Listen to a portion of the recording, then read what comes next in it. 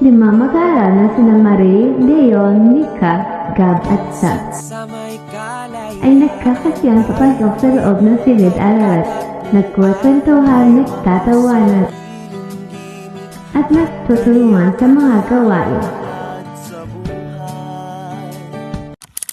Grabe guys, kasi ako talaga kapag yung kasama ko parang walang problema.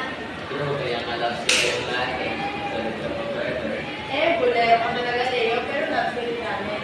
Sila, dito na ako, kaya kung nagsasabi, kaya ito,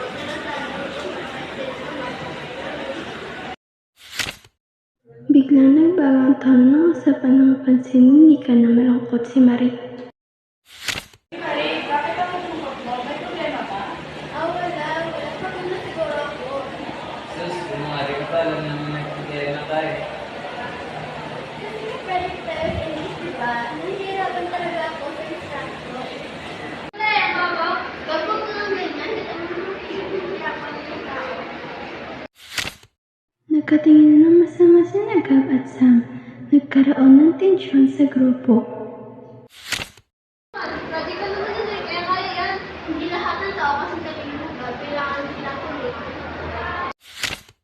Tama na ako na rin mag-away. Pwede ba pagtulungan na tayo? Oo nga, ang project hindi po kasi kailangan din natin sa tulungan sa sistema. Napaisip si Gab at Sam at napagtanto ni Gab ang kanyang pagkakamali.